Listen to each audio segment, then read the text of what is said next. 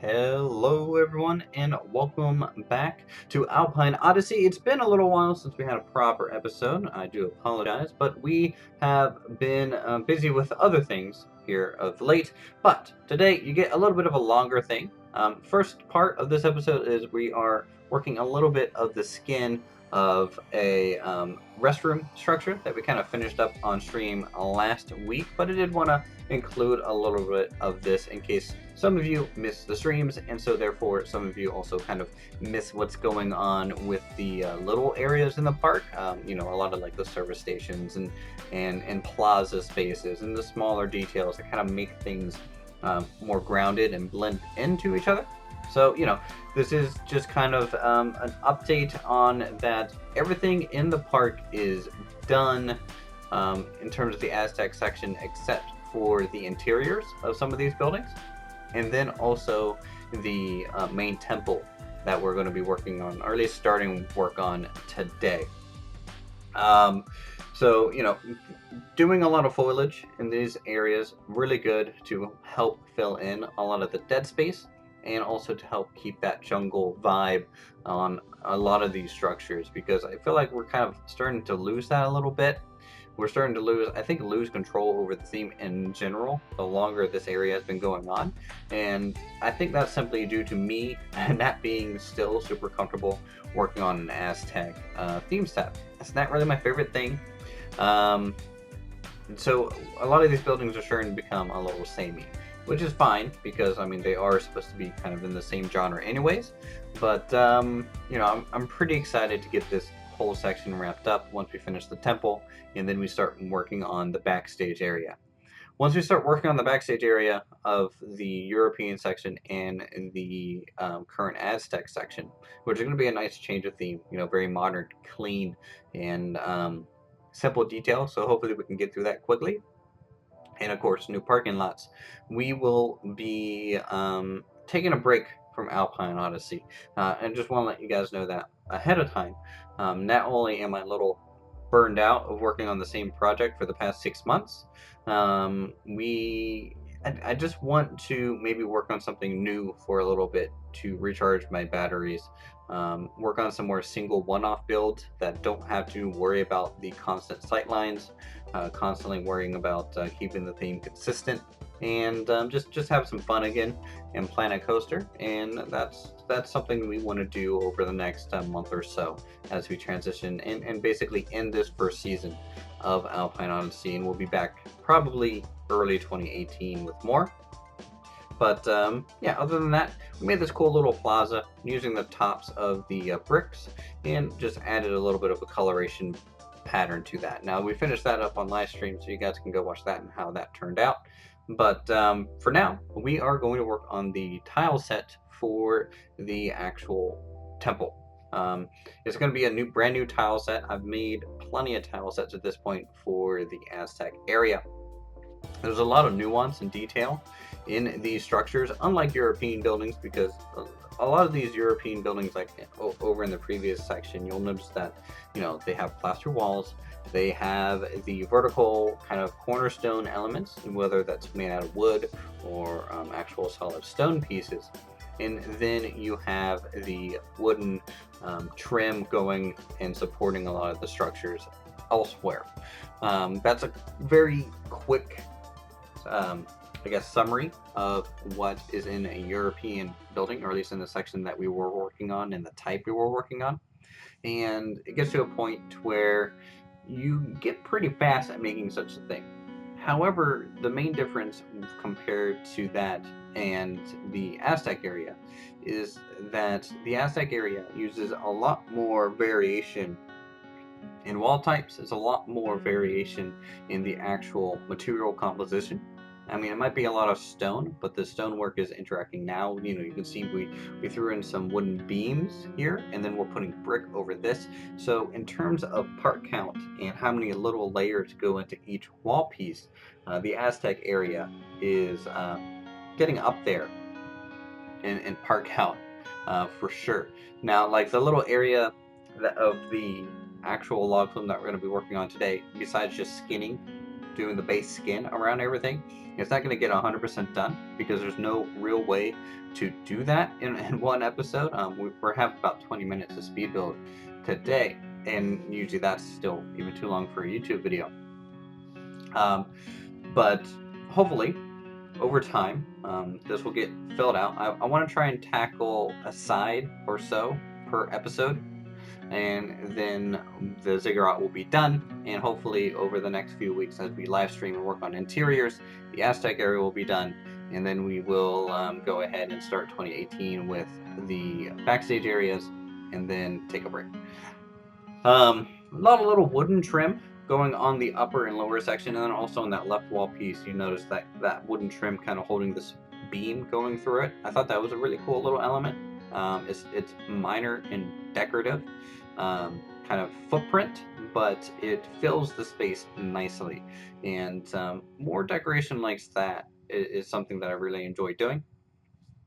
So I might try and work that into some more future builds, having these 3D layered elements sticking out as it adds a good bit of detail for really not that many part count, just because you are covering a wide space, and then all the shadows they cast kind of create a nice extra layer in there without you having to do much more in terms of block work itself. The tops of these, simple, flat, heavy stones, very smooth, kind of repeating in nature, which is perfectly fine. And we are going to be adding some windows as trim, and then we are adding fence work over that as just a little bit more separation on those sections. So at this point, we are going to go ahead and start using this tile set and quickly throwing together a copy of the ziggurat in terms of proportion and size. Getting these levels to match with the already predefined roughed-in levels is super important. I am building it away currently from the log flume, not because I really have to, but because I want to make sure to get these to match the rough plan that we already laid out, and that's why we build away from these structures lately. And if I were to build, I guess technically over close to it, I would be accidentally deleting and selecting parts that I don't want to, and then that's just getting in the way. So you want to make sure you have plenty of room. You could also, in theory, separate the building from another one, but I like to keep them on the same grid so that we are able to use the same height markers, and so everything kind of lines up pretty much exactly. Now there are going to be some differences, and those differences come in when you start using this item into the actual space, and then once that is there, you know how it sits in the space, and you can start filling in the space around it so that it makes sense and actually kind of attaches itself to the world rather than to be just a floating giant piece of detail. We deleted a lot of the gray box structure at this point, and then you'll notice that I left the top piece on there, and that's so I know it's centered where it was. And then we are adding a little bit of a wider entryway to allow the log flume to go through. We'll delete a lot of the center section here, not because I necessarily want to, but because, as you can see, the ride is a little bumpy with a lot of bricks and other things that you probably don't want your log flume to go through when people are riding it. So we had to clean this up and try and get this to be as flush as possible. And what you're seeing at this point on for the rest of the episode is kind of what we're working on. We're going to be working on the main drop area. We're going to be working on a lot of the base of the temple around the drop zone, and that's about as far as we're going to probably get. Again, one side per episode, fill in some details during live streams, and we should have this done hopefully in a jiffy.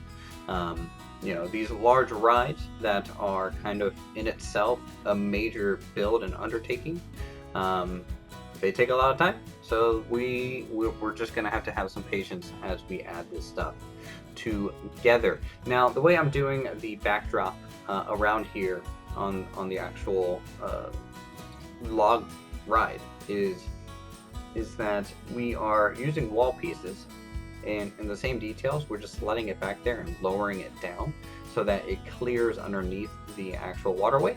and you can't see it anymore. And then we simply seal that off with a separate building on a different grid line, so it can actually match the log flume a little bit better and a little bit more snug than if we were on the same grid line as the rest of the building. So that's a good technique.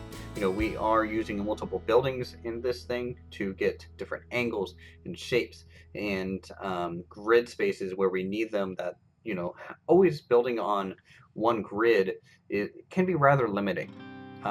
If you want more complicated shapes, more layers, the more building grids you're going to have to start introducing, or using more and more gridless pieces.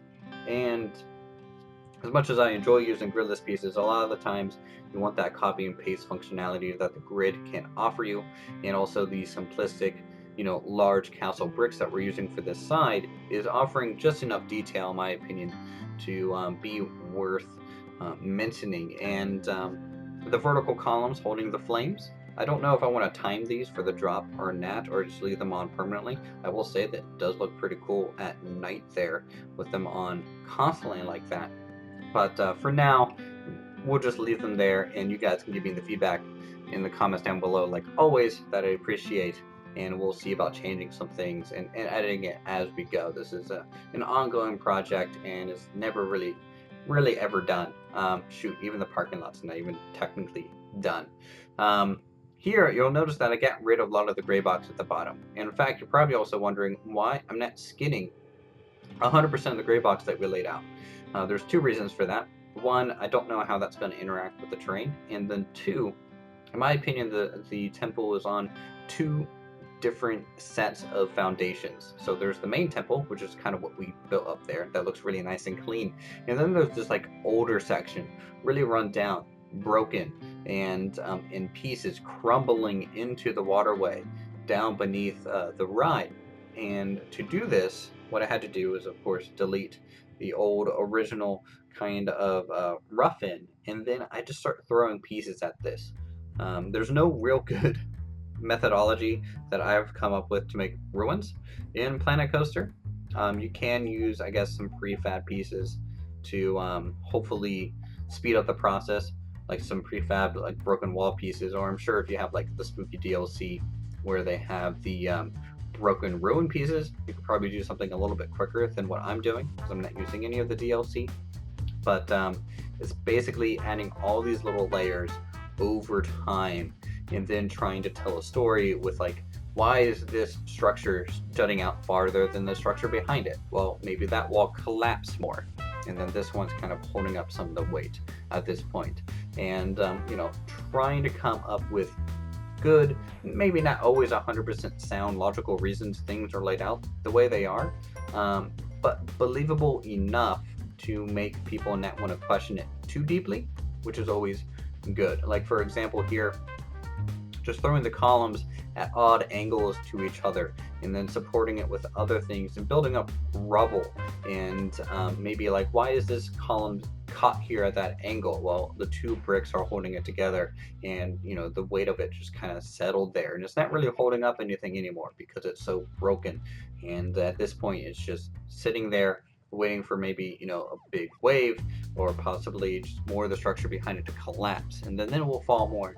But currently it's like haphazardly broken and laying there, taking up space, and just broken. That's the best way I can describe it. Everything's just broken. Introducing odd angles, slight angles to each other. So the left and right side here, one is straight and one's like a 5-degree bend, which is, it's not really noticeable until you get up close to it, but it's noticeable enough from far away where there's a difference between the two, but you can't quite put your finger on it. And that kind of awkwardness lends itself to like the haphazard nature of a crumbled building. And yeah, you can see a lot of little things being used now. We're even reusing a lot of the old original Aztec tile pieces, not to necessarily save time, because really I could create a more detailed version to match the rest of the temple, but I want to try and keep that original color palette a little bit going along the water's edge, because it's already set like that for the train anyways. And if we do that, it's going to try and bring some continuity and consistency with color, even though the upper section is red, and a little bit more colorful than the lower section. But because the lower section continues across that whole bottom band, it kind of makes sense that it would over here as well. And then that red kind of ties into the restaurant nearby, and you can kind of keep them like so. Jasper wants into my lap. Hello, Jasper. I'm recording right now. That's fine. Whatever. Some more ruin pieces, and you can use small pieces like windows to fill in some of the smaller areas. And you can see I kind of roughed in a lot of the shape of the ruins with just the wall and floor pieces, roof pieces, I guess you could say. So that I know where the pits and falls are, and then where some of the other support structures are going to be going, and we'll just throw in greenery. When in doubt in Planet Coaster and things kind of look ugly, just throw in a whole bunch of ferns, throw in a whole bunch of grasses and shrubs, and what that does is, one, make the whole thing look overgrown and really cool looking, but also kind of starts covering up some of the ugliness and makes the whole thing feel even more weighty and grounded, which is something that I always try and talk about in these videos. You know, trying to get some vertical trees in there, going to get a couple palms in on the right side, and we are going to do pretty much the same thing that we just did on the right side over to the left side. Now, a lot of this, you'll notice in these videos that we skip out a lot of things. You know, placing each individual rock I don't think makes for a good episode. So you'll notice that this left side is already basically predetermined. The rocks are in place so that it feels a little bit more grounded and more attached to a terrain rather than just falling into the waterway. It's also providing a good catch point for some other smaller ruin pieces to kind of fall down and land a little bit more on the shoreline. You know, you can just do some cool things with a whole bunch of layers and like this. And we're just going to do pretty much the same as the right side there.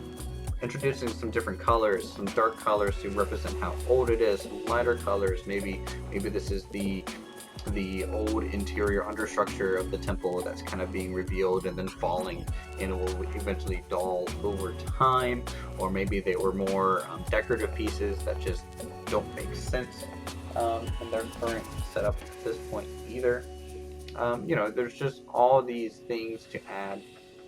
We'll add additional windows and other things to try and bring that trim from the upper section into the mid tiers and lower tiers, and then we'll keep that continuity going through in a lot of this stuff.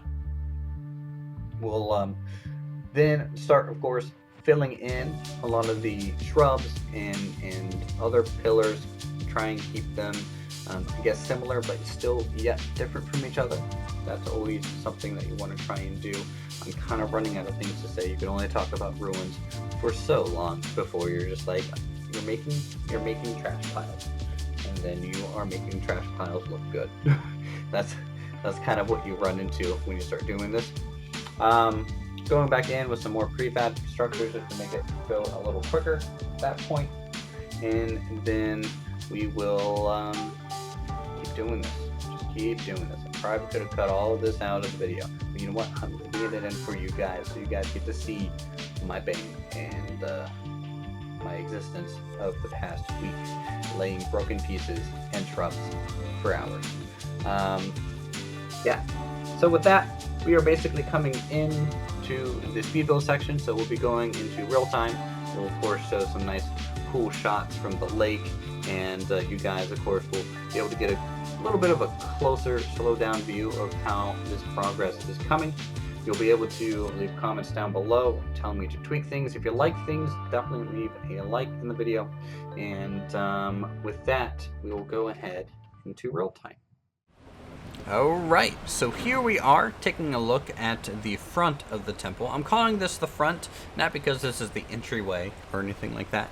It's the front because this is the most commonly viewed side of the temple, most likely. It's going to be visible from across the lake behind us. It's going to be visible from the left side of the lake, and also a lot in the European section if you're like on the coast or in the Asian section. So this is the front of the ziggurat, and it is looking pretty good. Not much I can say about it more than probably the speed build area, but I will go in so you guys can take a look. I colored the log flume kind of the same color as the brick so that it kind of blends in a little bit, adds that little touch of color here and there. We have a lot of cool torches going all the way down the center. Again, I don't know if I'm going to time this with the drop or not. I probably won't, to be honest, because having a lot of flickering stuff isn't really something that I want to see in the park. I want to see more just constant, vibrant fires, and I think this kind of does the part nicely. Over here, the train tunnel will probably get done during the live stream, at least the entryway. I don't consider this to be part of the ziggurat. It's more of a just foundational piece, much like this area over here. And ooh, we have the log coming down. Take a look at that. Oh yes, that's going to be a fun one. The left side, we're kind of holding off because until we have the train tunnel done, we can't do anything too much to that. But it's looking pretty good. And then for those of you who do not make it or are unable to make it to the live streams or maybe sit through a lot of the hours of work that we do there, I'll be a little slower than these speed builds. This is currently the rest of the Aztec area. It's looking pretty good. We have all the plaza space filled in, a lot of the garden areas are filled in, and we are slowly, of course, moving to the temple here. Next episode of Alpine Odyssey, we will probably be working on the backside, because I want to get the backside kind of skinned and to start hiding some of these tracks and give a little bit of more story to this exterior section of the ride, and that'll hopefully drive the left and right details here. And at that point, we can, I guess, work on the interior, which is, let me tell you, it's a mess. It's a mess in there. I'm not even going to show it on this episode because it is just too crazy. So with that, I think we are coming to an end, much like this log coming down the chute of this episode of Alpine Odyssey. Thank you guys so much for the constant support and the drive to keep making these episodes. I wouldn't be doing this without you guys and your awesome comments and feedback. Go ahead and leave some more in the video down below. Go ahead and subscribe to this channel for more creative goodness. Hit that like button as it helps me out a lot. And until then, Nat Cat to you, and I'll see you in the next video.